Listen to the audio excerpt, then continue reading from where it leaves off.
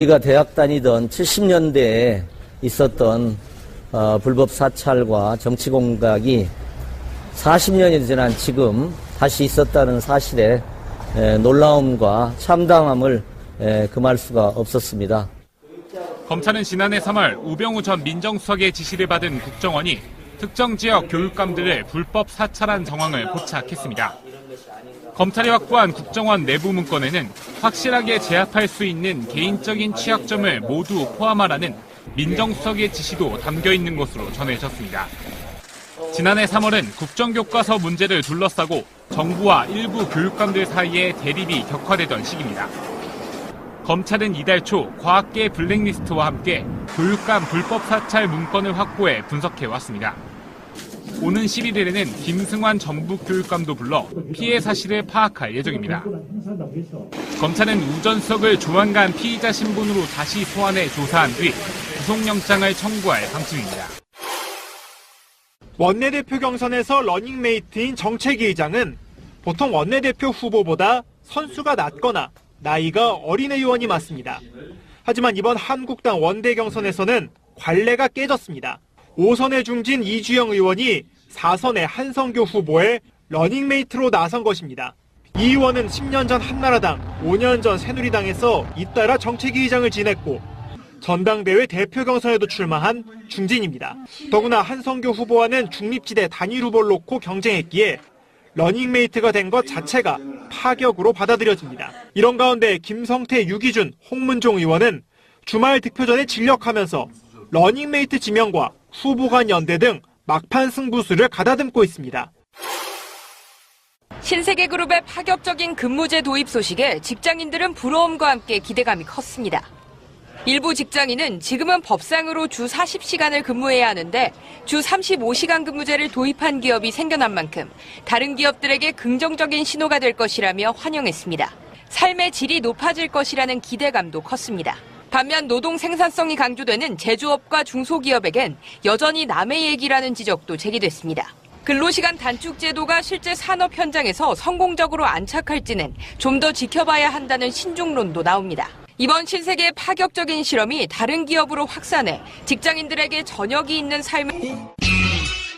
자, 문재인 대통령의 외교 이야기 좀 할게요.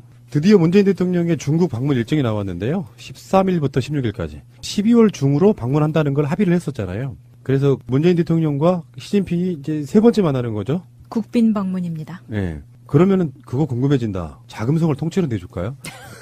지켜봐야겠네요. 일정이 13일부터 16일이면 13, 14, 15, 16, 3박 4일이잖아요.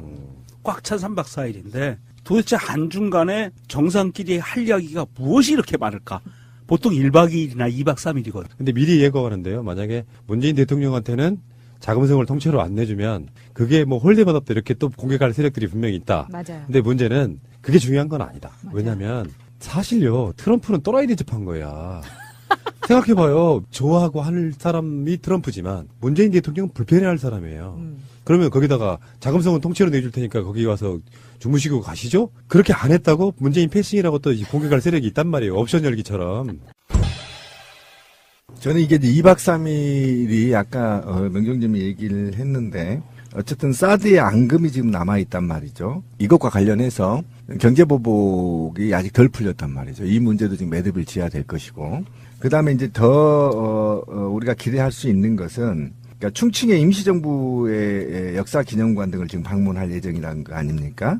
그러면 지금 어쨌든 일본에서 민감하게 반응한 이유가 그리고 국내 세력의 친일, 극우, 그다음에 친미 세력들이 굉장히 이제 우려할 것입니다. 왜 그러냐면 우리의 정부의 뿌리를 찾아가는 거거든요. 그래서 이제 어쨌든 일본에서는 굉장히 지금 민감하게 반응하고 있습니다. 왜 그러냐면 자기들이 또 왕따 되는 거 아닌가 하는 왕따 트라우마에 지금 일본이 지금 시달리고 있습니다. 왜 그러냐면 어차피 지금 일본인들은 우리한테 중국이나 우리가 같이 힘을 합쳐서 일본군과 싸웠던 그게 있는 거지 않습니까? 그런 역사적인 함의를 같이 공유하려고 가고 있기 때문에 2박 3일이 3일이 지금 필요한 것이고요. 이렇게 해서 종합적으로 지금 이 정부의 뿌리를 찾아간다는 의미에서 중국과 매우 우호적인 관계를 유지하고 또 발전시켜 나갈 것이고요. 그다음에 그 바탕을 속에서 경제가 일부 지금 해제가 돼 있는데 전면 해제의 선물을 갖고 오지 않겠느냐라는 것이고, 우리 입장에서 보면 동북공정에 대해서 일부 지금 문재인 대통령이 브레이크를 걸로 가는 게 아닌가 하는 기대를 하고 있습니다. 왜 그러냐면 실제로 지금 연변 쪽에서는 굉장히 이게 심하고 있는데, 우리 대통령이 거기를 찾아가서 과거에 우리 임시정부들을 역사관을 쭉 둘러보고 어떻게 이후에 이제 중국과 그다음에 한반도의 평화에 대해서 어떻게 결과를 가져올 거냐, 굉장히 주목되는 대목이에요. 그래서 저는 이번 계기가 굉장히 한국인들한테 큰 선물이 될 가능성이 굉장히 높다. 그리고 이게 사전에 조율 없이는 이렇게 오랫동안 머무르진 않거든요. 그럼 사전에 뭔가 심도 있는 논의를 할 가능성이 굉장히 높아서, 이걸 이제 반대하는 세력들은 이제 미국과 일본인데요. 그다음에 국내 이제 극우 세력들, 한반도의 평화를 반대하는 세력들이죠. 이 세력들이 이제 전쟁 발발론, 선제 타격론으로 아마 이 지금 문재인 대통령의 중국 방문에 대해서 음해하고 또는 거기에 대해서 모략질을 해야 될 겁니다. 최근에도 지금 계속 나오고 있죠. 선제 타격론이 미국에서. 그러니까 이런 거는 실제 타격이 아니라 이런 중국과 좀 더 가까운 우호적 관계를 형성하려고 하는 문재인 정부 또는 우리 국민들의 염원들을 꺾어버리고 전쟁의 불안 속에 공포에 만들려고 하는 기득권 적폐 세력들이 있는 거죠. 그래서 제가 볼 땐 굉장히 높게 큰 선물이 가져올 거다 저는 기대가 됩니다. 박수현 청와대 대변인이 이제 브리핑을 했는데요. 일단 그 내용을 한번 들어봐야 돼요. 문 대통령은 시진핑 주석과의 정상회담과 국빈 만찬, 리커창 총리를 비롯한 중국 주요 지도자들과의 만남을 통해 수교 25주년을 맞은 한중 관계의 발전 현황을 평가하고 미래의 발전 방향을 협의할 예정입니다. 북핵 문제를 평화적으로 해결하고 한반도의 평화를 정착시키기 위한 협조 방안과 영내 및 국제 문제 등 다양한 상호 관심사에 대해서도 협의할 것입니다. 청와대 쪽에서 밝힌 것만 보면은 이번 방문에서는요. 이번에 아세안 갔을 때, 에이펙 갔을 때는 짧게 만나잖아요. 그렇죠. 근데 지금 중국의 25주년 기념으로 가는 부분이라 뭔가 이벤트성도 있어요. 그래서 공식 환영식도 하고, 단독 정상회담도 하고, 확대 정상회담도 하고, 국빈 만찬도 하고, 또 관련해서 친교 행사 같은 걸 해서 굉장히 오랜 시간 동안 시진핑과 여러 번 만난다는 거예요. 자주 만나면은 오해도 풀리게 돼 있고, 이제 오해는 이미 풀었다고 하지만 아예 봉합한 거냐, 아니 임시로 이렇게 덮어둔 거냐, 여러 방식으로 지금 의견이 나오고 있는데, 이제 중국과의 관계가 사실상 이 정상회담을 방중을 계기로 정상화가 다시 돌아올 것이다. 이미도 지금도 그 분위기를 만들어가고 있지 않습니까? 우리나라 교역 제1대 국가예요. 그것뿐만 아니라 한반도의 평화 정착하기 위해서는 반드시 중국과 우리는 우호적 관계를 유지해야 되고, 그다음에 이제 일방적으로 미국에 치우쳐 있는 정치적 성향, 그다음에 사회적 성향들을 올바로 바로 잡는 데 있는 것이고요. 그다음에 이 결과에 따라 우리가 주체적으로 서느냐 아니면 종속적으로 우리가 살아가느냐의 관건에 달려 있어요. 그래서 굉장히 중립 외교를 펼치는 데 있어서 한쪽에 기울어져 있기 때문에 바로 잡는 데 굉장히 이제 큰 의미가 있는 것입니다. 그 중에 가장 핵심 중에 하나가 시진핑과의 정상회담 말고 가장 핵심이 이제 충칭 방문하는 건데요. 그렇죠. 그 충칭이 1940년대부터 45년까지 해방을 맞을 때까지 김구 주석이 이끄는 임시정부 청사가 있던 것이고, 다음에 한중의 반일 연대라는 관점. 지금 중국은 일본이 엄청나게 싫은 거고, 위안부 합의 이런 부분도 거기랑 연관이 있는 거라서 충칭을 방문하는 것 자체, 임시정부도 있고 광복군도 있고 하는 그 부분도 있고요. 우리나라 기업들이 굉장히 많이 진출해 있는 곳이기도 하고, 그래서 맞습니다. 충칭에 가면은 대통령의 메시지가 나올 거 아니에요. 여기가 이제 일본과 싸웠던 임시정부의 거점이었구나, 이런 얘기가 나오면 아베는 이제 불편하기 시작한 거지. 저번에 그 독도새우랑 좀 연관을 지으면 우리가 그렇죠. 확대 해석하는 건지 모르겠지만 문재인 대통령이 충칭에 갔다, 거기서 내놓은 메시지를 보면 앞으로 정말로 일본을 패싱하고 미국과 직거래하면서 일본을 정말 왕따를 올 것인지, 그 모든 정책들이 거기서 나오는 메시지 하나하나에 담겨 있지 않을까 생각해보네요. 더 그 다음에 이제 이게 협상이 됐다는 게 저는 대단한 게 뭐냐면, 동북공정으로 지금 혈안인 중국이 문재인 대통령이 이곳을 방문하는 순간 자기들 역사로 만들려고 했던 이 임시정부를 이제 우리의 역사로 가져온다는 의미에서 어쨌든 동북아의 어쨌든 세력 균형과 평화에 굉장히 기여할 가능성이 굉장히 높고, 그다음에 이후에 연변 쪽에 지금 저희가 완전히 손을 대지 못하고 있는데 이곳에도 진출할 수 있는 교두부를 확보할 가능성이 굉장히 높아서 의미가 굉장히 높습니다. 그러니까 사회적, 경제적, 문화적으로도 굉장히 이 방문이 뜻이 있는 거기 때문에 아마 우리 한국인들한테 큰 선물을 하나 갖고 올 가능성이 굉장히 높다. 박수현 대변인이 브리핑에서 말한 문장 안에 사실은 우리나라가 한중 정상회담을 통해서 얻고자 하는, 중점적으로 바라보고자 하는, 여기서 한 발 더 나가면 이미 협의된 사항인 것이 다 나와 있어요. 첫 번째는 한중 수교 25주년을 맞은 한중 관계의 발전 현황을 평가하고 미래 발전 방향을 협의할 예정. 이것은 한중 관계의 봄날이 다시 온다라는 거 이미 협의가 끝났다는 이야기고요. 그리고 북핵 문제를 평화적으로 해결하고 한반도의 평화를 정착시키기 위한 협조 방안과에서 이 문장은 북핵 문제에 대해서 이제는 확실하게 한중 간의 공조 시대가 왔다. 공조를 할 거다라는 발표가 날 거라는 예상을 할 수 있고요. 마지막 문장, 영내 및 국제 문제 등 다양한 상호 관심사에 대해서도 협의할 것. 이것은 세계 외교 관계 내에서 영내나 이 아시아권이나 여외, 그 외 많은 지역에서도 한중 간의 외교 관심, 외교 분야를 같이 손잡고 외교 분야에 나가겠다라고 하면서 지금 충칭을 방문한다는 것은 중국의 1대1로의 거점 도시이고 여기 시진핑이 공을 들이는 곳이기 때문에 시진핑에 대한 답례로 방문하는 효과도 굉장히 큰 거예요. 그렇다고 봤을 때 사실은 여기에서 중국 측의 입장은 조금 빠져 있는데 중국 측은 여기에 아까 푸나님이 얘기한 것처럼 사드 문제가 아마 더해질 건데 대한민국의 그 대통령이 가서 중국과 협의할 수 있는 사항, 그리고 협의가 끝났고 사실은 가서 만나서 자세한 것을 협의하지는 않고 이미 조율이 다 끝난 거거든요. 그래서 이 세 개의 큰 맥락은 이미 끝나 있다라고 봤을 때 이번 겨울에 평창올림픽을 치르는 그 중간에 지금 12월부터 2월 사이에 이 북한과 우리나라와 중국과 미국과 이 긴장 관계가 형성돼 있던 북핵 문제로 인해서 이 긴장 관계가 형성돼 있던 것이 어느 정도 물꼬가 트일 수 있는 촉발제가 될 수도 있다. 이렇게 좀 예상이 좀 가능합니다. 네. 명정님 말씀이 맞아요. 합의가 된 사항들을 발표하는 거잖아요. 그렇죠. 미리 다 조율이 끝났어. 만나기만 하면 되는 거야. 사실 알고 보면. 만나서 발표가 남았죠. 근데 문재인 대통령이 7대 종단 지도자들과 만나가지고 한 말 중에 이런 얘기가 있어요.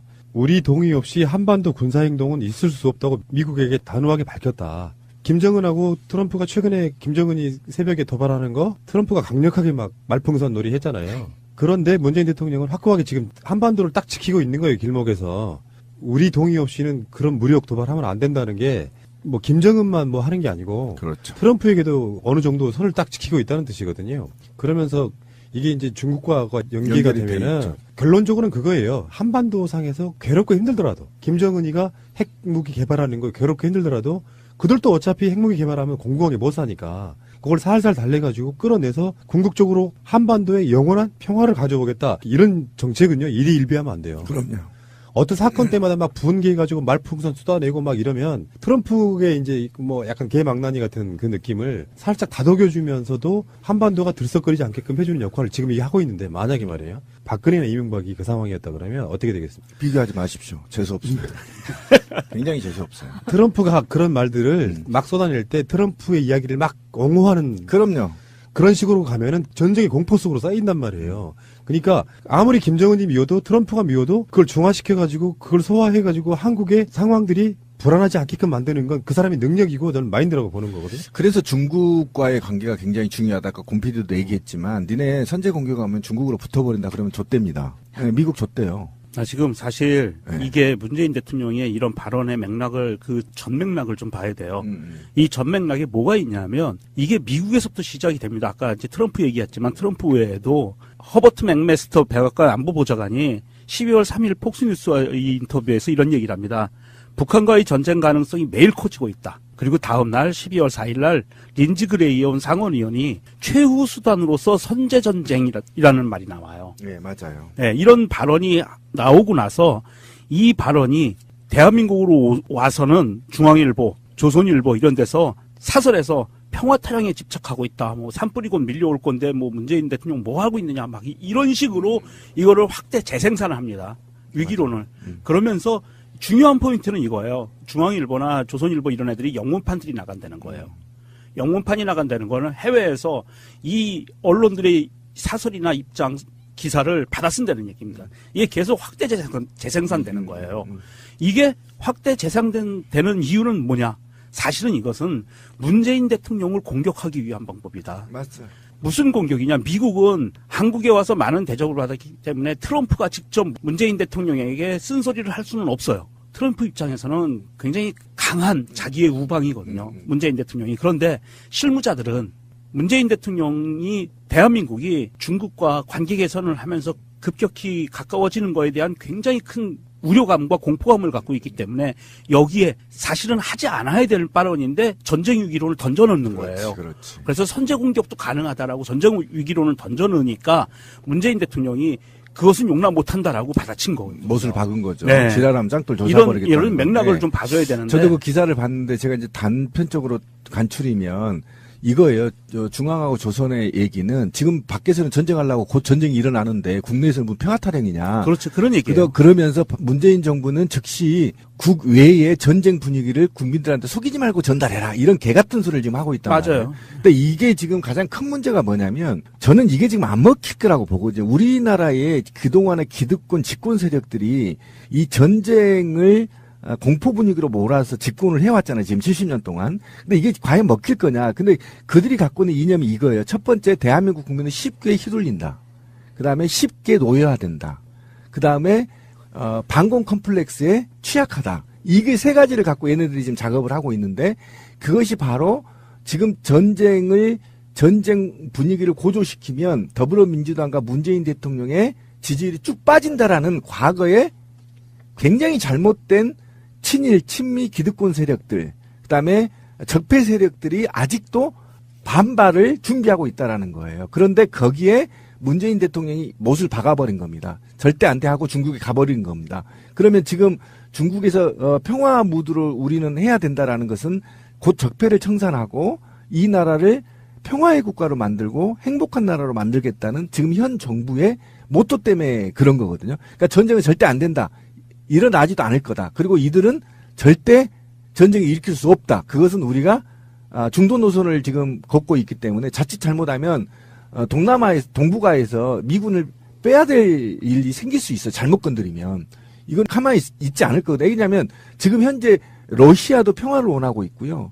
중국도 평화를 원하고 있고요. 북한도 평화를 원하고 있어요. 도골적으로 평화협정 하자고 하는 거 아닙니까? 그런데 미국하고 일본만 지금 우리나라 극우 세력들만 전쟁을 하니 무슨 뭐 적화통일이니 이런 개지랄을 한다는 겁니다. 여기에 대해서 단호하게 문재인 대통령이 안 되라고 못을 박은 것.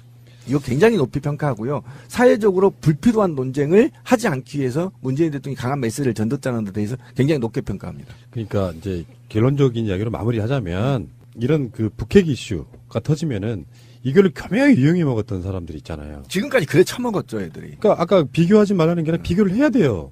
똑같은 상황이 벌어졌으면 분명히 박근혜나 이명박은 정권의 이득이 되느냐 안 되느냐만 생각했을 거예요. 선거가 다가오면 그거 이용해 먹고 계속해서 분위기 살벌하게 만들어 놓고 국민들한테 공포심 가져 이런 건데. 그렇지.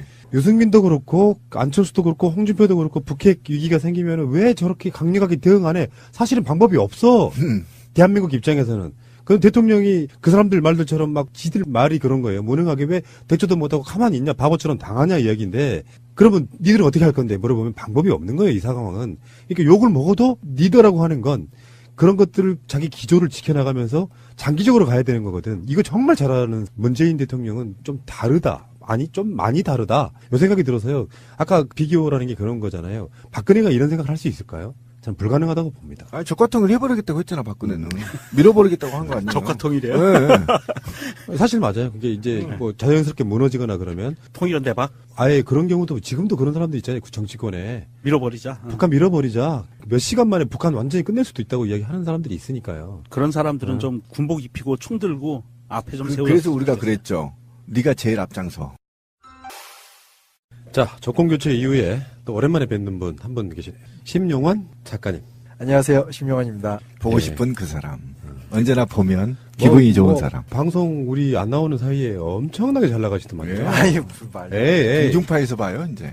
틀면 나오시던데요? 이런 걸 이제 미화라고 합니다.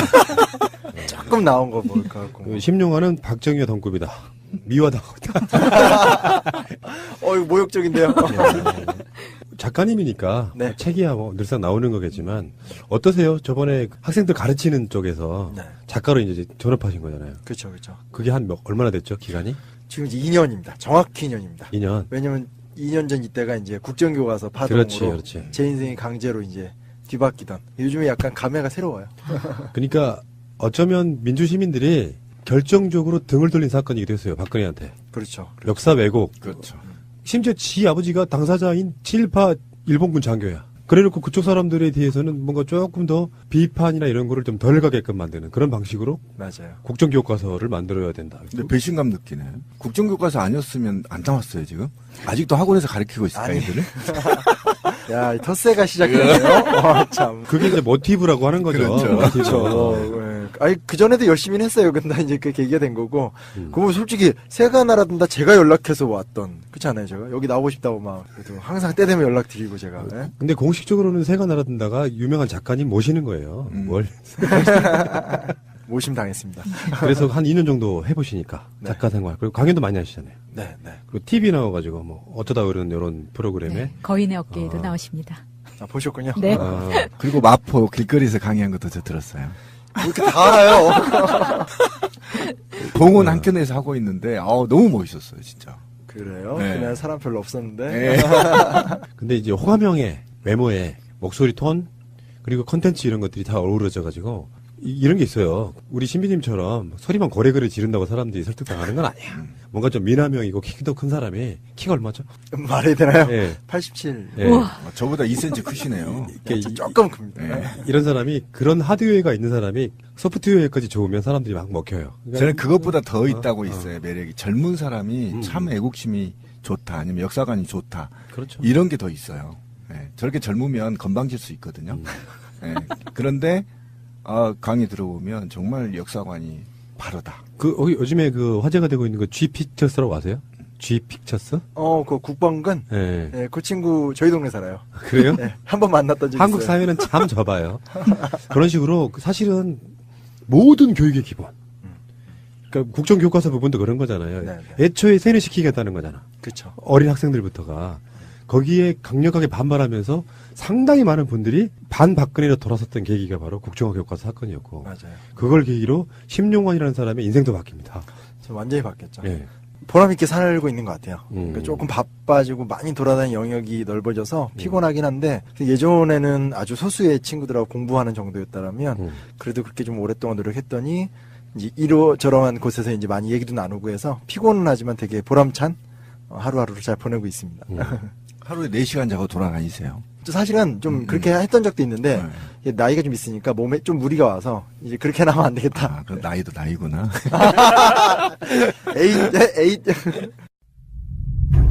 역사라는 것이 특히 젊은 사람들이 관심 갖기 힘든 것이에요. 맞아요. 네. 역사적 배경, 더군다나 어떤 특정한 정권 시대에는 역사를 거의 안 가르치는 방식으로 그쵸. 있게끔 만들었고 그리고 민주주의가 우리나라에 들어온 이래 공식적으로는 한 48년 정도로 보는 게 맞겠죠. 그렇죠, 그렇죠. 그 이후의 역사는 아직도 그 정파들이 그대로 살아있는 세력이 살아있는 상황이다 그렇죠. 보니까 각종 논란들이 있을 수 있는데 이제 일본과 관련돼 있는 뭐 근대사 여기 정도까지는 이제 어느 정도 이렇게 정리가 되고 있다고 보는데 드디어 우리 작가님이 현대사를 썼어요. 정말요? 단박의 한국사 현대편. 맞습니다. 네. 이 책을 왜 내신 거예요? 용기를 냈죠. 솔직하게 말하면. 근대사는 말씀하신 대로 제가 어느 방송 가서도 얘기했는데 사람들한테 누구 존경하냐고 얘기하면 아무리 빨리 땡겨도 다 독립운동사에서 끝나요. 네, 다 끝나요. 그러니까 정작 오늘 우리가 살고 있는 우리의 삶에 직접적 영향을 줬던 이야기들에 대해서는 사실은 관심도 없고 존경하지도 않고 아파하지도 않는. 근데 실제로 우리는 대한민국의 국민으로 살고 있지 조선왕조나 독립운동사에 살고 있는 건 솔직히 아니잖아요. 맞아요. 그런 부분에서 현대사 관련 책을 쓴다? 이거는 작가로서는 절대 하면 안 되는 행동이거든요. 왜냐면 안 팔려요. 아, 그래요? 그리고 불러주는 데가 없죠. 왜냐면 모든 이제 제가 돌아다니는 뭐 그런 공공연한 강연 장소에서는 정치적으로 민감한 주제는 얘기하지 마라가 되기 때문에 저런 거는 책을 써봤자 팔리지도 않고 그렇죠. 이런 게 있습니다. 근데 꼭 해야만 되는 것 같아서. 그러니까 그 말 때문에 제가 화가 난 게 뭐냐면 우리가 너무나 정치적 중립이라는 프레임에 갇혀 있는 거예요. 근데 사실은 그걸 깨야 되거든요. 뼛속까지 정치적이어야 되잖아요. 그렇죠. 요람에서 무덤까지 관장한 게 정치인데 왜 정치를 중립을 지키라는 전 이해를 못 하겠어요. 당당하게 좀 얘기를 했으면 좋겠다. 맞아요. 보통 이 작가들이 하는 게 이제 근대사 이렇게 좀 되면 조선사 뭐 이렇게 가는데 저는 좀 고민 많이 하고 현대사로 한번 들어가서 얘기를 하고 만들어야 되겠다. 그리고 게릴라식이더라도 이렇게 들어줄 수 있는 사람들 이런 사람들과 하는 어떤 그런 맥락을 만들고 싶어서 시도해봤습니다. 그래서 저는 이 책을 보자마자 제가 작가님한테 말씀드린 게 이놈 우리 아들 무식한 아들한테 갖다 줘야 되겠다. 맞아요. 이렇게 얘기했는데 실제로 현대사는 저도 무식해요. 솔직히 까놓고 저희들도 이렇게 깊게 배우지 않았거든요. 네네. 그런데 제가 궁금했던 게 왜 이런 소중한 지금 현재 내 생활의 역사를 현장에서 배우지 않고 있는 건지 그게 무슨 다른 이유가 있어요? 그쵸. 가르치지 않는 것인지. 가르치지 않는 거죠. 그렇죠. 의도적으로. 왜냐하면 옛날 교육에서는 실제로 근현대사는 거의 안 가르쳤고 흥선대원군 정도에 끝났고 근현대사라는 교과서가 별도로 노무현 대통령 때부터 한 10년간 운영되다가 이명박 정권 들어오면서 사실 또 그 근현대사 교과서를 없앴고 뭐 이런 식이 되는 거니까 이건 의지적으로 안 가르친다는 얘기인 거죠. 그렇구나. 그래서 제가 무식한 거예요.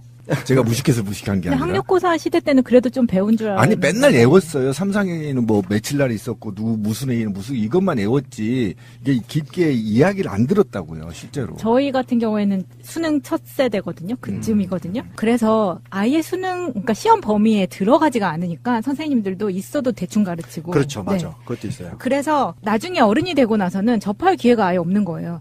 저희 윗세대들은 그나마 뭐 제5공화국 뭐 이런 드라마라도 있었다고 하는데 저희 때는 그런 것도 없었거든요. 맞아요. 그리고 제가 어제도 통일의 집, 그 문익환 예. 목사님 생가도 갔다 왔는데 그 세대가 끝나간다는 것도 제가 좀 느낀 위기의식이에요. 그러니까 그래도 뭐 운동권, 재야 이런 게 있으면서 살아내고 부딪히고 기억하고 이랬던 세대가 지금 끝나가는데 방금 말씀하신 것처럼 사실은 그런 요즘엔 그런 제5공화국 같은 뭐 드라마도 안 하잖아요. 그러니까 이대로 가다 보면 진짜로 독립운동사로 딱 끝나겠다. 그렇죠. 예, 그럼 6월 항쟁이 뭔지도 모르겠다. 그렇죠. 예. 저도 그런 걱정을 한 거예요. 그 다음에 무슨 일이 일어났을 때 정말로 싸워줄 사람이 우리 세대에도 나올 수 있을까? 이런 생각을 하면 없을 것 같은 거예요. 그렇죠, 그렇죠. 단박의 한국사가 이게 어느 시점부터 쓰였나요?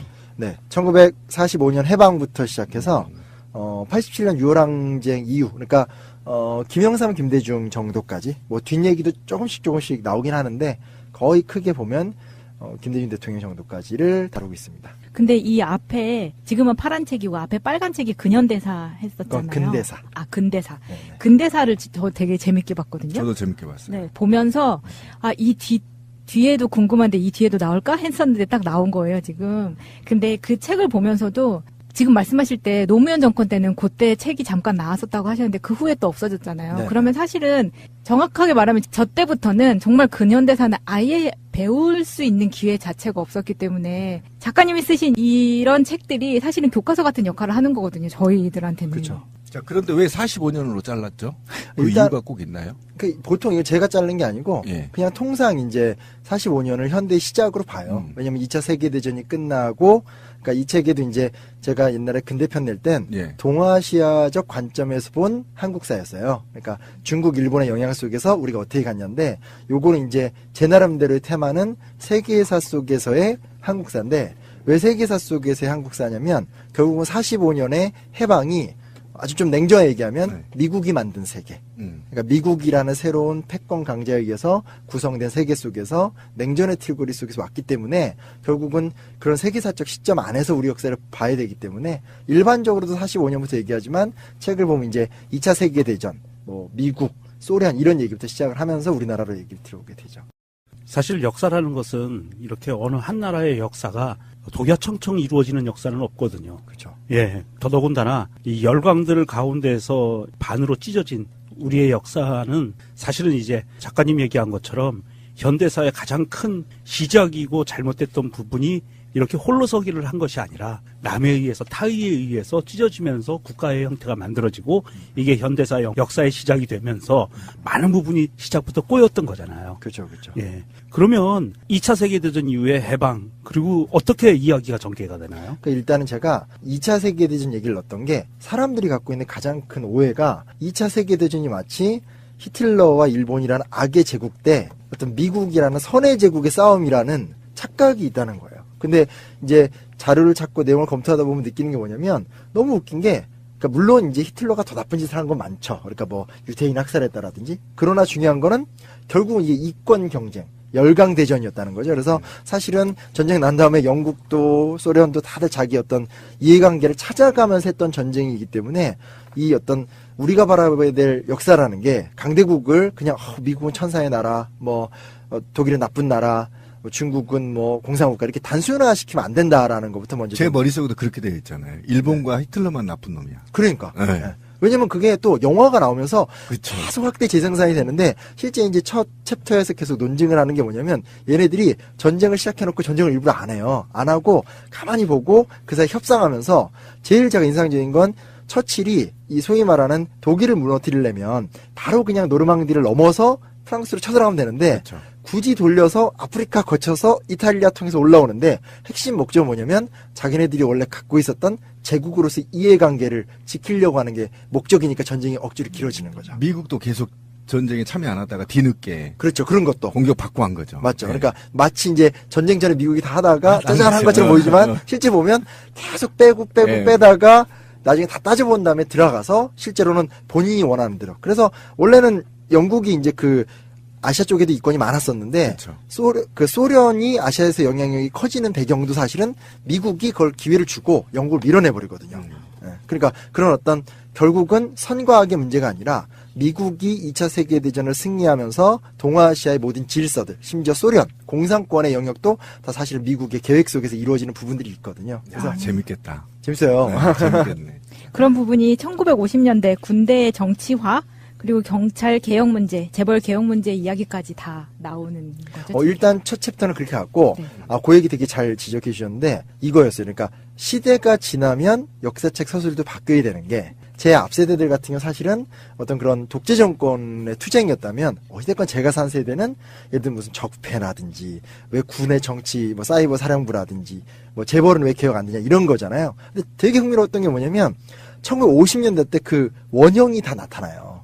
그러니까 말 그대로 이승만 정권 때 6.25 전쟁 끝난 다음에 발췌견할 쪽에 아니 군이 좀 개입해서 적극적으로 좀 나의 어떤 집권 현장에 도움을 줘야 된다. 근데 이제 막 이종찬 장군 같은 사람이 안 하는 거예요. 안 하니까 이종찬을 파면하고 다른 장군들을 이렇게 권력을 나눠서 경쟁시키면서 정치군이나 시키는 거. 요게 이제 나중에 결국은 그 정치군이나 했던 사람의 바로 후임이 박정희거든요. 그렇죠. 예. 또 박정희가 나중에 전두환을 낳게 되고 그런 모습이라든지 이공화국 때 사회革명이 일어난 다음에 재벌을 처리하려고 하는데 재벌들이 너무 웃긴 게 뭐냐면 재벌들이 우리를 처리하면 경제 위험이 될 수 있다. 이 전형적인 논리잖아요. 그렇죠. 경제 위험이 된다는 게. 그러면서 그 다음에 군사정권 들어와서는 너네들이 재산을 일정 정도 헌납하면 경영권을 보존시켜 주겠다면서 소위 말하는 군대와 재벌의 타협 같은 것들. 이런 게 우리는 지금 문제라고 생각하지만 또 그냥 쉽게 욕하는 걸로 끝나지만 이미 50년대 60년대 때부터 만들어진 시스템화된 것들이 있기 때문에 그런 얘기들을 하나하나 좀 보는 게 좋지 않냐라고 해서 그걸 좀 하여튼 현대사 책 중에는 제 책만이 다루고 교만한가? 하여튼 다루고 있다라고. 근데 저는 궁금한 게 역사학자들한테 꼭 물어보고 싶었어요. 이런 책을 훌륭한 책들을 만드는데 어떤 거에 기준으로 하는 거예요? 기준이 뭐죠? 그러니까 이게 소스는 어디에 근거 자료. 근거 자료. 아니 실제로는 연구가 많이 진행이 돼서 논문들도 많고 이제 그 문제죠. 학계가 적극적으로 이런 현대사 문제를 갖고 시민과 소통을 해야 되는데 물론 노력을 안 하시는 건 아니지만 이제 좀 많이 이제 그 이너서클적인 부분도 있고 또 용어가 좀 어렵고 하니까 접근 관계가 적은 건데 생각보다 연구는 많이 돼 있어요. 다만 좀 제가 이번에 연구하면서 아쉬웠던 건 연구가 몰려 있어요. 그러니까 대부분 다 한국전쟁, 뭐 옛날 그 해방 전후사 거기에는 연구가 너무 많고 솔직히 말하면 제가 가장 충격받았던 건 박정희만 해도 연구 성과가 많지 않아요. 그래서 오히려 저는 내가 나중에 박정희 시대에 대해서 정말 한 권위자가 돼보고 싶다라는 마음이 들 정도로 의외로 이승만, 박정희, 전두환 이게 연구가 아직은 되게 많이 안 돼 있어요. 그래서 좀 의외였어요, 저도 하면서. 규모상으로 보면 바가 정말 많을 것 같은 그 세 명이 이렇게 연구 자료가 없다는 거 되게 아이러니하네요. 바들이 쓴 책 혹은 그들한테 당했던 아픔을 가진 사람들이 자기 아픔을 쓴 건 많은데 어쨌든 역사는 종합적이니까 그런 것도 좀 냉정하게 검토도 하고 좀 종합적으로 이야기도 만들고 이래야 되는 부분은 별로 없죠. 왜냐면 그렇게 연구할 수 있는 조건도 안 됐고 맨 처음에 일단은 그 해방 전후의 모습이나 한국 전쟁에 대한 관심이 워낙 컸으니까 거기는 너무 연구의 업적이 많고 그 이유는 좀 적고 이렇게 된. 그리고 사실 이승만, 박정희, 전두환 이 계보로 내려오는 이 역사에 대한, 대한민국의 역사에 대한 냉정한 평가를 하기가 아직은 조금 어려운 부분이 학자들이 사실은 그 시대의 권력을 잡았던 사람들이 아직까지 생존해 있거든요. 그렇죠, 그렇죠. 아직도 대한민국의 권력을 잡고 그렇죠. 있고 그런 상황에서 그것을 냉정하게 비판할 수 있는 그런 토대가 아직 안 된 거죠, 사실은. 맞아요. 네. 저는 이 시대 때의 윤태호 작가의 인천 상륙 작전을 보면서 네, 이 즈음을 지금 다른 작가 얘기하신 거예요? 그래서 그건 이제 웹툰이라 그냥 재미로 봤었는데 지금 이렇게 책이 나온 거잖아요. 자, 제가 궁금한 건 그러면 좀 소개를 좀 해주세요. 2차 대전에 핵폭탄을 떠뜨리고 이후에 미국이 패권으로 접어드는 과정이 어떤 이야기가 있나요? 그러니까 일단은 예. 소련을 끌어들여서 예. 소련에게 동아시아에 대한 권한을 많이 줬고 예. 그리고 원래는 중국의 장제스를 통해서 중국과 한반도 전체를 우익 블록을 만들려고 하다가 예. 마오쩌둥이라는 변수가 나타나죠. 그래서 마오가 중국을 공산화시키니까 이제 미국 입장에서는 방법이 없으니까 결국 이제 일본을 반공국가로 만들고 이런 과정이 첫 번째 포인트가 될 수 있는 거죠. 그게 이제 어떻게 보면 동아시아의 시작점이 되는 거고 한국전쟁이 일어났었을 때도 한국전쟁 맨 처음에 원래 유엔 협약에 따르면 그냥 우리나라 정도만 지키는 건데 인천 상륙작전에서 성공을 하니까 그냥 그 성공 자체가 너무 기분이 좋으니까 북진을 하죠. 밀고 올라가서 했다가 또 이제 마오가 전쟁을 하니까 그러니까 6.25 전쟁이라는 게 제가 6.25 전쟁에 나왔을까 한국전쟁에 나왔을까 계속 고민했던 게 6.25 전쟁하면 우리나라 동난의 느낌이 나는데 한국전쟁하면 국제전의 느낌이 나잖아요. 근데 제가 결국은 6.25라고 썼다가 다 한국전쟁으로 바꿨어요. 왜냐면 시작은 김일성과 이승만의 대결일지 모르겠지만 또 북한의 전면적인 남침일지 모르겠지만 결국은 인천상륙작전을 통한 북진 그리고 마오쩌둥의 지원 속에서 그때부터 완벽하게 국제전이 되면서 어떤 동아시아 질서가 또 바뀌니까. 그럼 제가 지금 억울하고 속은 게 네. 북진 안 했으면 지금 그 분노의 눈빛을 왜 저를 이렇게 예. 보면서 지금 북진만 안 했더라 하더라도 국제 협약에 위배되지 않았었고 전쟁이 일사후 태도도 없었고 이랬었다는 얘기네요 지금. 뭐 그렇게 얘기가 갈 수도 있겠죠. 우리가 놀아난 거네 지금. 뭐 그렇게 몰고 갈 수도 있고요. 근데 여하간 중요한 것은 뭐 그 이후에 결국 이제 뭐 메가드 해임하고 하는 과정들을 보면 다시 미국도 이제 38선을 지키려고 하는 건데 제 말은 밀고 올라가든 아니면 38선을 지키든 일단 전쟁이 시작되고 그러니까 전쟁을 시작되고 나서 그 다음에 모든 과정은 그러니까 우리가 사실 전쟁을 시작한 거잖아요. 북익은 남이고 그러다 보니까 이제 결국은 국제 세력이 개입하는 순간 저희가 이제 주체성을 상실하는 거죠. 네. 그러니까 사실은 뭐 올라가든 내려가든 그건 다 저희 뜻이 되지 않는. 그러니까 메가더가 해임하는 과정도 많은 사람들이 알고 있는 건 핵폭탄을 요구해서 해임됐다고 얘기하는데 실제로 메가더를 꼼꼼하게 검토하다 보면 메가더는 그냥 군인이에요. 그러니까 군인이란 말은 뭐냐면 이길 때는 밀고 올라가는 걸 좋아하는 거고 밀릴 때는 또 밀리는 데 대한 또 지키려고 하는 게 있는 거고 사실은 메가더의 선택이 중요한 것이 아니라 전쟁이 어느 정도 이상 지나가니까 트루먼이나 마오쩌둥에 의한 국제 전략으로 정해져 버리는 게 더 문제인 거죠. 근데 시발점 자체는 어찌됐건 제가 책에도 썼지만 김일성대로 아주 체계적인 그 전쟁 준비를 한 거고 또 남쪽에서는 무책임한 아무런 준비도 안 하면서 북진 통일만 외치고 이런 것들이 너무 속상한 거죠. 왜 이렇게 자의적으로 이렇게까지 우리 스스로를 파멸에 이끌었냐 이런 게 좀 속상한 거죠. 50년대를 지나서 이제 다음 전쟁을 보면 사실 최근에도 한국군의 베트남 참전에 대한 이슈가 되게 많았었잖아요. 네네. 그 분석이 좀 책에 언급이 되죠. 당연히 되죠. 네. 아니, 얘기가 너무 심각하게만 하는 것 같아서. 근데 베트남전은 사실은 제가 흥미로웠던 건 뭐냐면 베트남전에 참전한 건 군인이잖아요. 네. 근데 많은 부분 사람들이 놓치고 있는 게 거기에 이제 장사하러 많이 가니까 외국계 기업이 많이 들어오거든요. 그중에 빈넬이라는 회사가 있어요. 근데 빈넬은 중간 관리자들을 다 한국인으로 뽑는 거예요. 베트남 회사인데요? 그러니까 베트남 전쟁을 수행할 때 물자를 운영하는 회사들인데 그 회사를 운영해야 되는데 중간 관리자를 다 한국인으로 뽑는 거예요. 그러니까 한 6만 명 정도 되는 한국인 노동자가 이미 베트남에서 외국 기업에서 일을 하고 또 베트남전에 참전했던 군인들도 전역하면서 그 기업에 들어가는데 그 다음이 재밌는 게 뭐냐면 베트남전 돈 벌러 간 건 다 알잖아요. 그 빈넬이라는 기업이 중동 특수 때 또 그 중동에 진출해요. 재밌다. 무슨 얘기냐면 네. 그 소위 말하는 베트남전에 돈 벌러 갔던 이 용사들이 다시 중동에 돈 벌러 가는 거예요. 그러니까 하나의 한국인이 몸에 경험한 부의 커넥션이 있었던 거죠. 영화 택시 운전사에 보면 송강호가 예. 사우디 갔다가 와서 마음이 바뀌잖아요. 저는 이걸 연구하면서 불가능하다.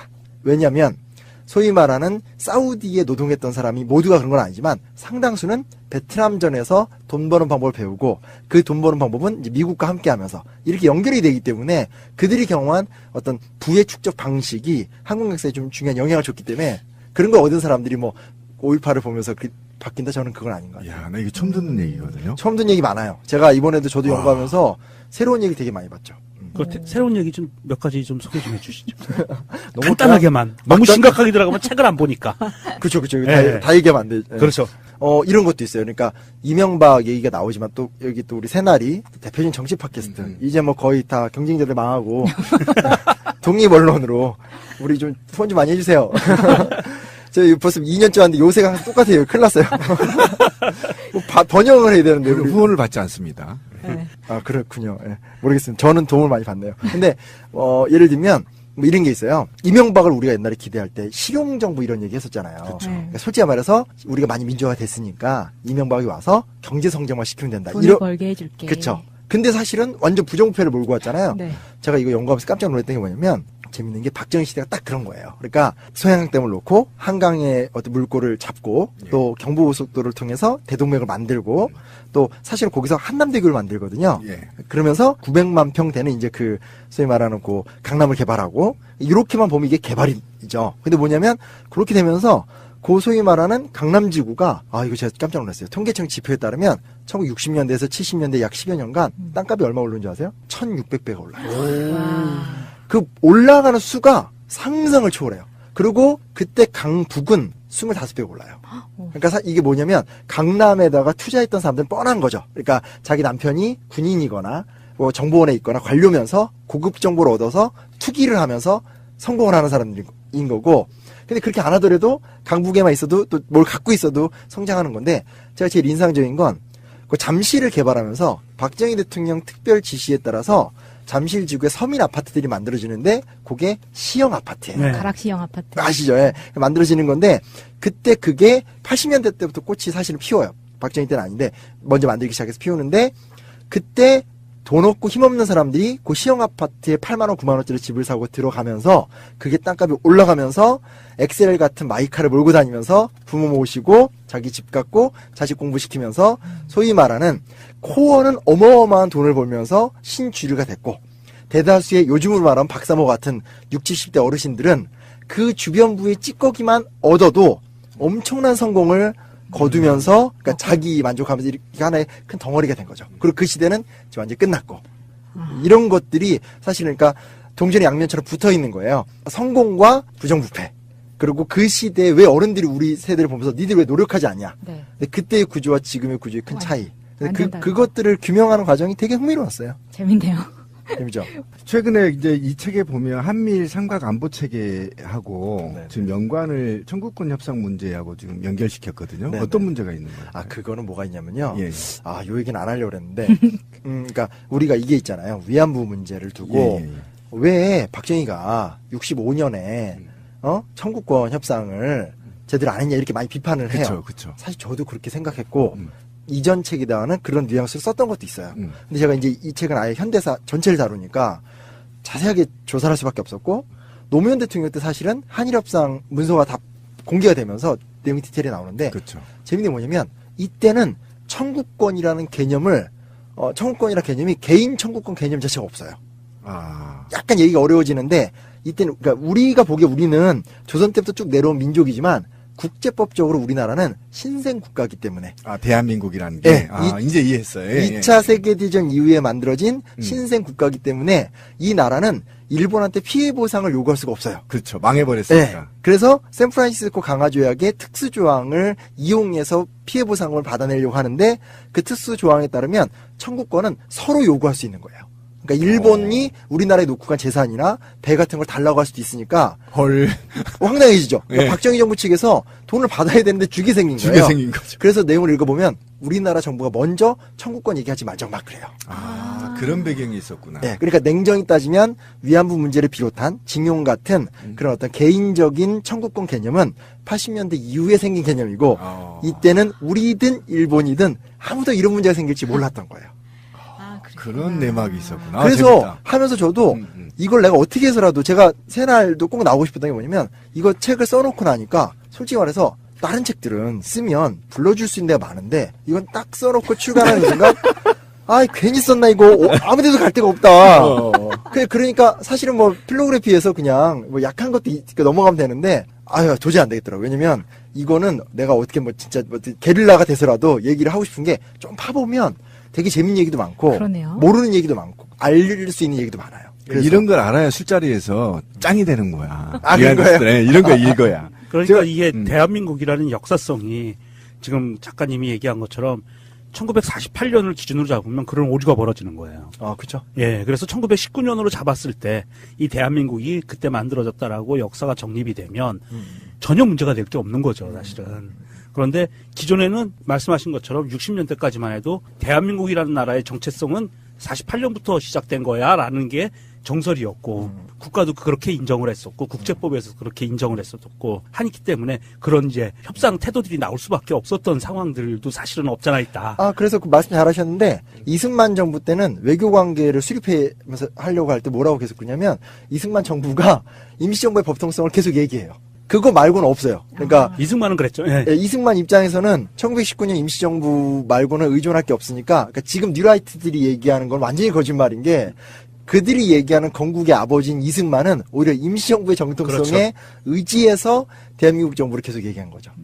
재밌는 얘기 제가 하나 더 해드릴까요? 네. 제가 어디 가서 이 강의하다가 어떤 분의 항의를 받았는데 왜 김구가 지고 해방공간에서 이승만이 이겼는가를 두고 여러 얘기가 있는데 그 중에 하나 재밌는 게 이건 좋은 얘기는 아니지만 이승만이 대단해요. 그러니까 이 말을 이제 얘기를 끝까지 들어야 되죠. 심용환 또 뉴라이트를 변했어? 이게 아니라 그러니까 현실 정치에서 이승만의 승부수가 이번에 이제 검토하다 보니까 냉혹할 정도로 승리자의 패턴을 잘 잡아요.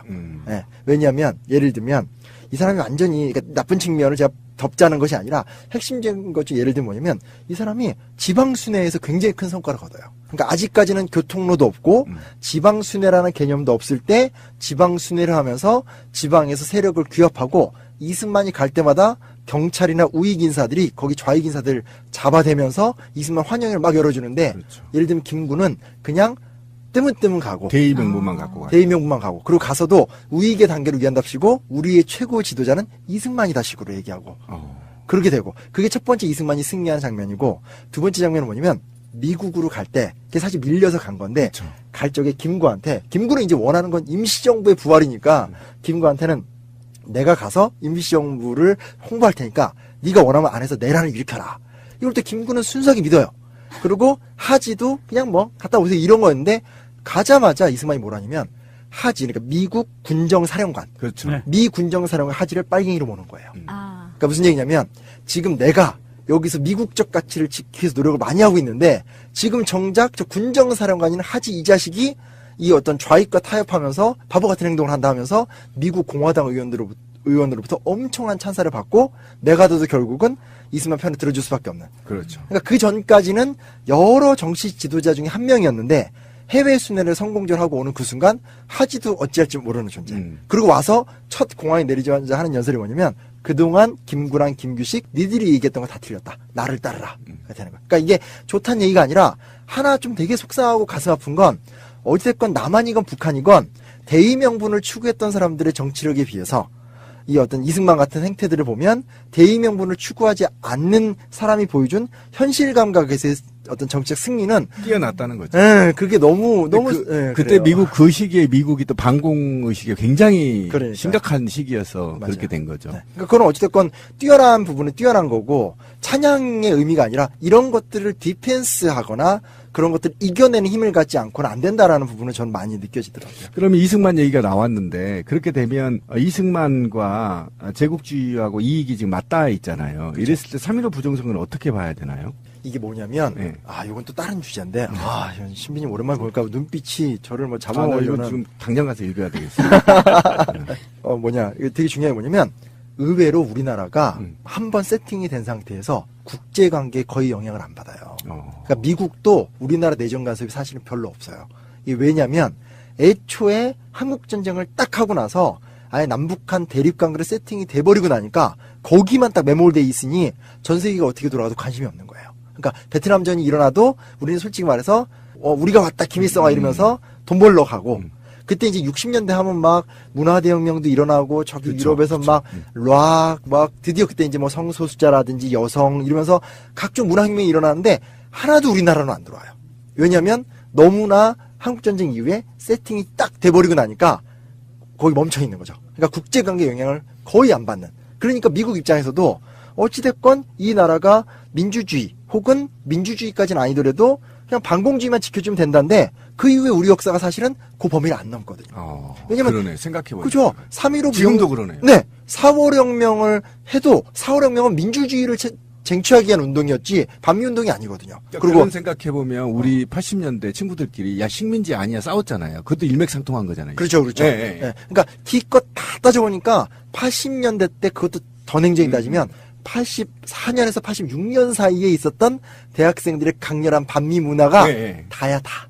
그러니까 미국은 우리나라를 깊이 개입할 이유도 없고 반대로 이게 정권이 바뀌는 것들을 미국도 계속 용인해 줄 수밖에 없죠. 왜냐면 어차피 원래 독재국가였지만 지금 민주국가 된 거니까 미국 입장에서 괜찮고 다시 또 그게 5.16 군사 쿠데타로 가도 반공이니까 괜찮고 박정희 무너져도 그래도 민주화니까 괜찮고 전두환 들어와도 그래도 반공이니까 괜찮고 유혈항쟁 일어나도 괜찮고 그러니까 사실 이게 되게 큰 문제인 거죠.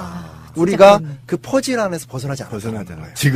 지금도 여전히. 예. 왜냐면 제가 다시 한 번 말씀드린 거지만 무서운데 그 얘기 들으니까. 86년 건대 항쟁을 계기로 완전히 꺾이고 마지막 항쟁이었죠. 그렇죠. 네. 87년 민주항쟁 속에선 사실 되게 온화해지잖아요. 그렇죠. 그냥 이렇게 독재 타도 뭐 호원철폐 이 정도 되고 그리고 나서 전대협이나 한총련인가요? 그 만들어지면서 90년대 초반에 굉장히 급진적인 모습을 보여주지만 사실 사회랑은 완전히 유리가 괴리돼 됐잖아요. 있죠. 예. 그리고 그 이후에 뭐 민중당부터 시작해서 나온 진보름은 사실 다 꺾였기 때문에 지목을 못 받고 있고. 그러니까 사실은 지금 오늘 이 순간에도 문재인 대통령이 미국 가셔서 장진호 이런 얘기 하시는 거 보면 우리는 여전히 1960년대 4월 혁명이나 지금이나 사실은 똑같다라는 거예요.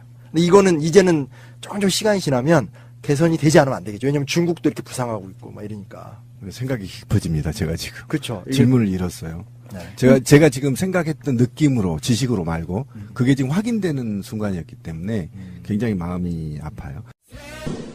그리고 이 책에서 좀 드물게 서술되는 부분이 부마 항쟁에서 5.18 그리고 4.3에 이르기까지 좀 더 자세하게 서술을 하셨어요. 그게 왜 그랬냐면요. 그러니까 사실은 인권유린 얘기를 꼭 자세히 하고 싶었어요. 근데 인권유린이 너무 많은 거예요. 많죠. 예. 아니 뭐 사건이 많아도 그 하나하나가 너무 덩어리가 커서 근데 어쨌든 책은 한 권으로 내야 되니까 선택과 집중을 하자. 선택과 집중을 해서 정확하게 하나를 좀 파는 게 낫겠다라고 생각을 했는데 부마항쟁 얘기 사실은 보통 부마항쟁으로 하다가 요즘에 이제 갑자기 의사로 칭송을 받는 김재규 이 가니까 부마항쟁 의미가 많이 퇴색했는데 실제로 제가 부마항쟁 얘기 왜 넣냐면 부마항쟁 때 군대가 투입해서 진압이 돼요. 그러니까 그 전까지는 주로 경찰력, 중앙정보부 힘이었다면 부마항쟁 때 비로소 공수여단이 들어와서 부산과 마산 항쟁을 깔아뭉개 버렸거든요. 그렇죠. 그게 뭐냐면 5.18을 예비하는 거죠. 그때 왜냐면 해봤기 때문에 또 실제로 많은 부대가 그대로 가는데 해봤기 때문에 군이 일반 시민을 죽이고 학살하는 거에 대해서 이제 그 둔감해지기 시작하는 결정적 사건으로서 부마와 5.18이 연결되는 측면이 있는 거를 꼭 얘기하고 싶었던 거예요. 네. 그리고 뭐 제주 4.3 같은 경우는 되게 인상적인 말인데 어떤 분 제가 아시는 출판사 대표님인데 그 자기 어머니 빼고 8형제가 다 학살을 당하신 집안인데 그분이 저한테 이런 얘기 하더라고요. 야 용환아, 그러니까 둘이 있으니까 편하게 얘기하는데 솔직히 나는 5.18이 부러워 이 얘기를 하는 거예요. 무슨 얘기냐면 가슴 아프다. 그 5.18 희생을 뭐라고 그러는 게 아니라 5.18은 그래도 다 죽진 않았잖아. 그리고 그런 것도 있고 사람들이 기억해주고 막 흥분도 하고 또 전두환이 막 이상한 소리 하니까 계속 싸움이 나고 이렇게 되고 하는데 또 옛날에 뭐 김영삼 때 김대중 때 계속 한 게 있는데 4.3은 기억을 안 해준다는 거예요. 그 어떤 그런 참혹함?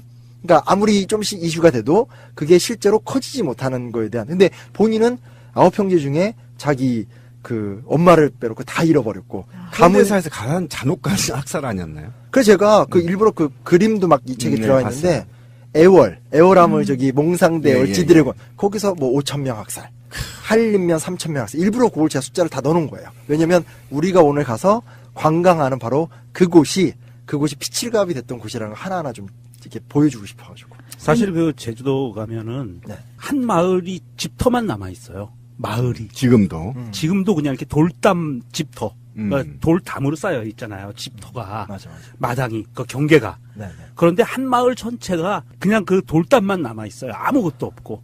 그 다 학살당한 자리예요.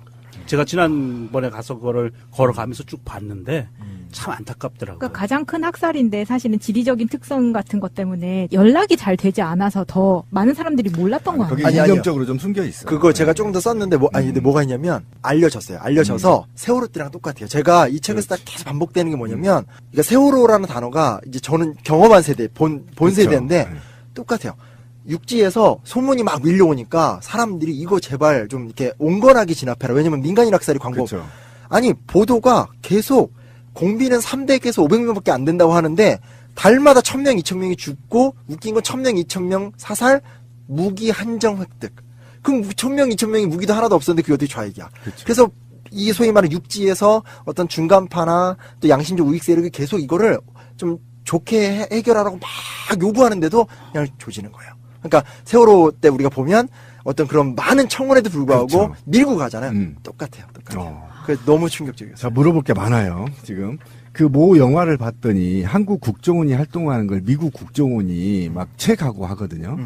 그럼 심용환이 본 정보기관은 이 역사책에서 어떻게 지수하고 있나요? 야, 또 이 제 책에 네. 정보기관의 역사가 들어가 있습니다. 그러니까요. 현대사 책 이런 책 없어요. 네. 제가 제일 궁금한 아, 바로 결국 홍보 못해야 된다. 이렇게 하면 안 된다고 그랬는데. 이게 있잖아요. 우리가 정보기관하면 외국을 다루는 거라고 생각을 하는데 한국의 정보기관은 저도 이번에 조사하다가 제한된 자료여서 좀 힘들겠는데 한국의 정보기관은 처음부터 그 역량이 다 내사야 내사. 왜냐? 한국의 정보기관은 방첩대 CIC, 그러니까 미군의 CIC에서 나왔는데 그렇죠. 그 방첩대가 하는 게 뭐냐? 네.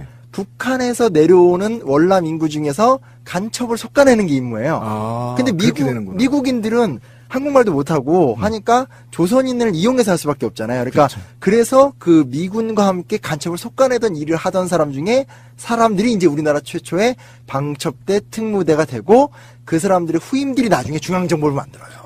태색이 잘못되는구나, 이게. 이후락이죠, 이후락. 예, 그 옛날에 그 저기 중앙정보부장. 이후락도 국방부 정보과 출신이에요.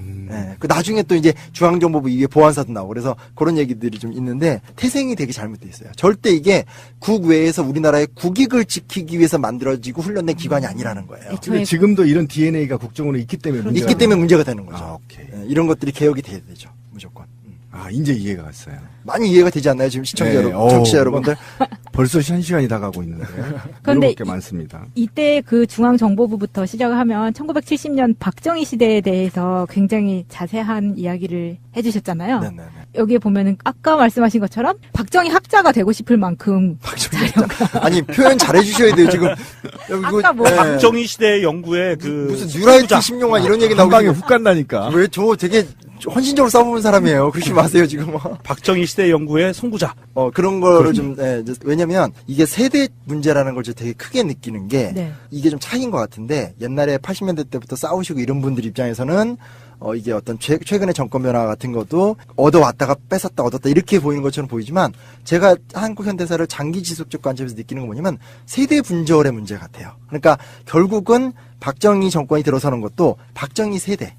왜냐면 이게 되게 웃긴 게 중앙정보부 같은 게 만들어질 때 내사만 하는 게 아니라 아예 연구기관도 만들고 수많은 젊은 인재들을 기관의 연구원이나 교수로 다 취직을 시켜서 일자리를 줘요. 그래서 어떤 교수님이 썼던 수필에 뭐가 나오냐면 장준하가 사상계를 폐간당할 때 장준하는 사상계만 잃은 것이 아니라 사상계 동지들을 다 잃었다. 왜냐면 사상계라는 잡지에 글을 쓰던 60년대의 지성인 중에 거의 99%가 싹 다 박정희 정권에 참여하거든요. 그리고 아까 앞에서 얘기했듯이 박정희 시기의 경제개발 같은 것들을 경험했던 세대가 지금 이제 60, 70대가 되는 거잖아요. 그러니까 사실 지금 오늘 우리의 문제는 어떤 패러다임을 결국 만들어서 새로운 사회로 나갈 것이냐 같아요. 그 정도로 어떤 이승만 세대의 한 세대, 박정희 세대의 한 세대, 그리고 이제 그 다음 세대, 그 다음 세대. 이건 좀 세대교체적 측면에서 좀 한국 현대사를 볼 필요도 있지 않나 이런 생각을 좀 해봐요. 생각이 많아집니다. 왜냐면, 그러니까 이게 좋다는 의미가 아니라, 박정희가 제일 처음에 5.16 군사쿠데타 이후에 정권을 잡을 때도 그 신선함, 굉장히 많은 세력들을 흡수하고, 심지어 통일주체 국민회의를 만들어서 유신체제를 할 때도, 공화당을 컨트롤하기 위해서 또 통대라고 해서 새로운 사람들을 막 수혈해요. 그러니까 그게 그들한테는 정의롭지 못한 건데, 기회가 되니까, 그 세대가 막 빨려 들어가는 거죠. 근데 이제 우리는 좀 정의로운 새로운 세대로 가야 되지 않을까, 뭐, 고민이 되는 거죠. 이걸 읽어야 미래를 설계할 수 있겠네요. 아니 뭐 박정희에 대해서 너무 우호적이다 그런 게 아니라 네. 윗세대들이 왜 그렇게 박정희한테 빠졌나 그걸 알기 위해서는 그렇기 위해서이기 때문에 왜 그 영화 있잖아요. 그 박근혜 빠들 미스 프레지던트 영화에도 의도가 그거죠. 근데 잘못 모르시는 분들은 그게 박근혜 지지자들을 빤다 이렇게 표현하잖아요. 그러니까요. 잘못된 거고요. 네. 문재인 대통령이 그 7대 정단 지도자를 만났을 때 거기서 이런 건의가 들어와요. 4.3 기념식에 가주시면 좋겠다 이렇게 얘기하니까 내년 4.3 때는 꼭 가겠다. 네. 그게 이제 노무현 대통령하고 결이 같은 거예요. 4.3 사건 사과를 노무현 대통령이 했잖아요. 그렇죠. 네. 대통령은 어느 쪽이 저질렀던 문제이든 간에 국가의 대표로서 사과하고 현장에 가고 박근혜도 재임 시에 그런 논란들이 꽤 있었어요. 4.3 때. 맞아요. 그 자리에 안 간다 맞아 이런 문제도 있었고 맞아요. 절대 가지 않았죠. 그렇죠. 국무총리만 아마 보낸 네. 걸로 알고 있는데 맞아요. 5.18 행사장에 갔듯이 제주 4.3에 내년에는 가겠다 약속까지 했으니까. 그럼 제주 4.3의 주범은 이승만인가요? 그러니까 사실은 4.3 얘기를 그게 좀 하면 헷갈리더라고요. 그러니까 이게 이번에도 좀 알쓰신잡인가 방송에 네, 편집 덕에 어색하게 나와서 말이 많은데 그러니까 저도 저 그림을 그림을 보면 그 제주 4.3의 민간인 학살하는 대상 중에 남로당을 그려놨어요. 네. 그러니까 이 문제가 되지 않겠냐고 얘기하는데 어찌됐건 이 제주 4.3의 촉발 과정 속에서 경찰들의 과잉 진압과 무리한 대응 또 경찰의 친일성에 대한 제주 민중의 불만이 컸는데 문제는 뭐냐면 그거를 그 사건이 커질 때 좌익 모험주의 그러니까 좌익들이 제주 민중의 분노를 쉽게 말하면 공산적 전복으로 이용하는 게 분명히 나타나거든. 한번 그렇게 해버리니까 그 다음 단계로는 이거 잘 됐네? 어차피 어수선한데 하면서 표적이 돼서 민간인을 완전히 학살하는 단계가 되는 거죠. 그러니까 이거를 설명하려면 차분하게 나눌 호흡의 시간이 필요한 거예요. 맞아요. 왜냐면 이게 좀 너무 이제 진보적 정서로만 완벽하게 무장돼 있으면 너 지금 그러면 진보적인 정신을 무시하는 거야 이렇게 얘기하시고 보수는 완전 빨갱이 얘기가 되는 건데 사실 어찌됐건 어떤 친일의 문제, 경찰의 문제 그리고 우익의 문제는 너무나 컸고 하지만 좌익도 좌익대로 사실은 좌익 모험주의 그러니까 민중의 보편적 심성을 악용해서 전복의 차원으로 투쟁한 부분이 분명히 있거든요. 그러니까 이 두 가지를 함께 얘기를 해야지만 이 어떤 4.3의 본질이 밝혀지고 그 이후에 그 억울한 민간인 학살도 정확하게 할 수 있는데 그 호흡을 지금부터 해나가야 될 것 같아요. 자, 그러면 이제 마지막 질문. 네. 뭐 이야기 나누자면 이 책 한 권을 쓰는데 걸린 시간에 비하면은 참 인터뷰 시간 죄송하지만 나머지는 이제 사서 봐야지. 단박의 한국사. 역사 무식자도 쉽게 맥을 잡는 단박의 한국사. 한번 좀 이게 재밌게 써요. 그러니까 요즘에는 책을 지루하게 쓰면 안 읽으니까 네. 막 그림도 넣고 해서 한눈에 쏙 들어오게 만화도. 약간 그런 느낌이 있어서요. 근데 이 책 마지막이 김대중과 김영삼이잖아요. 네. 왜 그리고 그 이후에는 제대로 안 한 뭐 이런 느낌이 있거든요. 제대로 안 했다기보다는 아직 평가할 시기가 아니죠. 작가님이 써준 질문지 이렇게 쓰여 있거든요.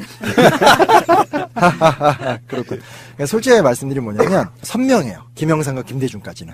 왜냐면 김영삼 하면 어찌됐건 모순적이더라도 이제 민주투쟁, 그다음 개혁.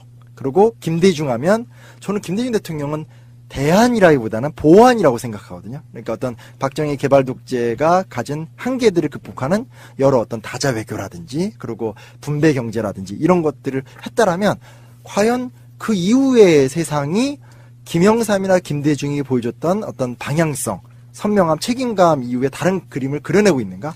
현재 솔직히 말해서 전 노무현 대통령 너무 좋아하지만 그리고 뭐 문재인 대통령 너무 좋아하지만 아직은 너무 모호한 그림 또 이제 뭐 노회찬 같은 진보 진영도 좋아하지만 아직은 너무 모호하지 않을까 이제 김영삼과 김대중 이후의 큰 유산을 우리가 함께 그려나가야 되지 않을까 그러니까 역사로 지금 평가하기에는 좀 이르다 이렇게 말씀하시는 그렇죠. 거예요. 네. 확실히 그런 것 같아요. 저도 역사적 사관이란가 이런 게 다분히 그냥 민족주의적이거든요. 우리 입장에서만 바라보는 그렇죠, 거예요. 그렇죠. 그러니까 우리는 침략만 받았고 우리는 침략한 적도 없고 우리는 좋은 민족이고 뭐 다른 민족이 이런 식으로 이야기를 했더니 애들이 악플 쏟아지더라고요. 무식한 새끼. 그러니까 역사는 우리가 부끄러운 거를 숨기고 남들이 좀 부끄러운 거는 더 부각시키고 이런 방식으로 정파적으로 가는 게 아니라 있는 그대로가 저는 역사의 그렇죠. 가장 중요한 관점이라고 보는데요. 그런 시각들을 오랫동안 갖고 있었는데 젊으신 분이 확실히 다른 시각으로 한번 볼 수 있을 것 같다는 생각이 들고요. 네네. 여러분 책 제목이 뭐라고요, 마차님? 단박의 한국사. 원샷 코리안 히스토리. 저 친미파. 아침이파. 자, 감사드리고 많은 분들 팟캐스트 들으시는 분 중에 책 좋아하시는 분들 굉장히 많습니다. 꼭 읽어보시고요. 책 낼 때 아닐 때도 가끔 불러주고 그러세요. 예. 나는 심용환 작가님 이렇게 모셔다가 시사토론하고 싶은데 책 얘기밖에 할 게 없는 것 같은 느낌이지만 나중에 이제 국정원 까게 해드릴게요. 알겠습니다. 최경환도 까고 홍준표도 까고. 알겠습니다. 근데 이 책을 저는 저희 아들한테 꼭 선물해주고 싶어요. 아, 정말 젊은이들한테 선물해야 돼요. 아니요, 반드시 필요하고요. 네, 현대사를. 사실은 이제 우리 나이 또래 정도 된 분들은 어렴풋이 알고 있는 내용들이지만 우리 밑에 세대들에게 똑바로 가르쳐 주기가 상당히 어려운 부분이에요. 맞습니다. 말주변이 없기 때문에. 그럴 때 이 책을 한 권 갖다 딱 아이들한테 안겨주고 독후감을 쓰게 하면 현대사는 끝날 것 같아요. 그렇습니다. 예. 책 때문에 나오신 건 아니고 이런 주제가 있으니 대화하기가 쉬워지잖아요. 우리들 그렇죠. 입장에서. 맨날 정치 이야기하는 거 좀 신물나거든, 사실. 그렇죠. 뭐 새날 좋아합니다. 좋은 시간이었고요. 뭐 케이블 이런 데서 이제 잘 나가시는 그 스타님을 모시고 인터뷰하니까 왠지 종편이라고 해주세요. 왠지 우리가 막 그렇게 막 연애를 받는 이런 느낌도 좀 있고요. 그러니까 저는 식당에서도 오 심용환이다 이렇게 얘기하는데 어느 날 갑자기 마포 공원에서 강의하고 있어. 오 심용환이다. 요즘 이러고 삽니다. 아, 제가 그랬다니까 지인들하고 식사하다가 나 저 사람 아는데. 아 민망하다. 예. 아, 감사드리고요. 그 패기, 그 용기, 그리고 어떤 그 스마트함 잃지 마시길 바라고요. 네. 조만간 책 이야기가 아닌 시사 이야기로 한번 더 뵙겠습니다. 네 무조건 고맙습니다. 불러주시면 나오도록 하겠습니다. 감사합니다. 예.